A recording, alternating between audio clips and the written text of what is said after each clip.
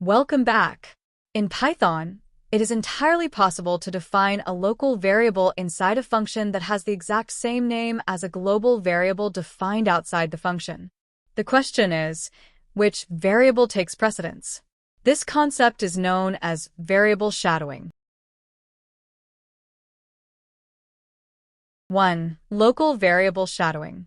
Python's rule is simple. If a variable is assigned a value inside a function, it is assumed to be a local variable, regardless of whether a global variable with the same name exists.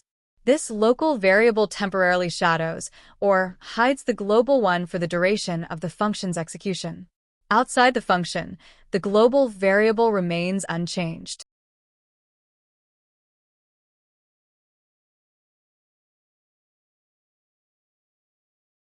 Two, using the global keyword. If you genuinely need to modify the global variable from within a function, you must explicitly declare your intention using the global keyword before referencing the variable. This tells Python not to create a new local variable, but to use and modify the existing global one.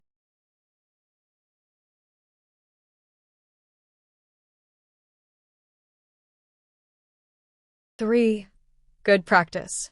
While the global keyword exists, it is generally considered bad practice to rely on modifying global state from within a function.